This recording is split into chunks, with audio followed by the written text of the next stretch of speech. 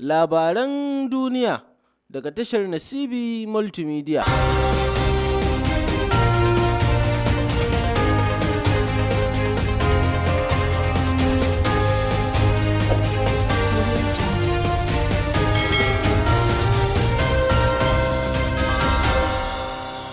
Mai sauraro Assalamu alaikum wa rahmatullahi ta'ala wa barakatuhu. Barkamu da sake haduwa da kowa cikin shirin labaran duniya na tashar Nasibi Multimedia wacce ke watsa shirye-shiryenta a kafofin intanet, YouTube channel, Facebook da ma TikTok duk da sunan Nasibi Multimedia.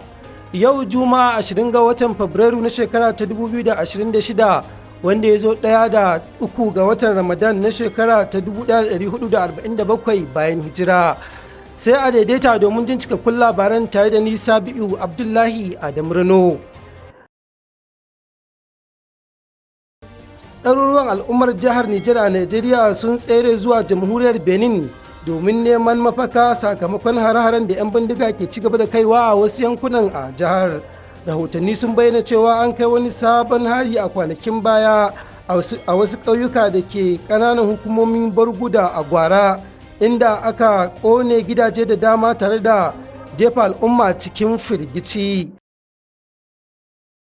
ICPC sun kai sumame gidan tsohon gwamnan jihar Kaduna Nasiru El-Rufa'i a ranar Alhamis yayin da yake tsare a hannun hukumar bisa zargin almundanar kudade da ya kai naira biliyan 432.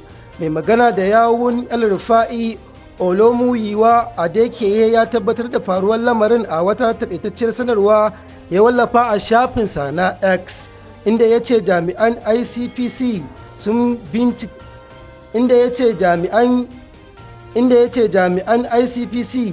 yi binciken ne a gidan El-Rufa'i da ke Aso Drive a Abuja.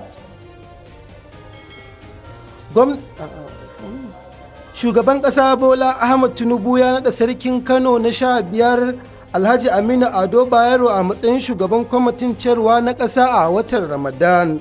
An bayyana hakan ne a cikin wata sanarwa da mai magana da yawun sarkin Abubakar Balarabe Kofar na isa da ya fitar a ranar Alhamis.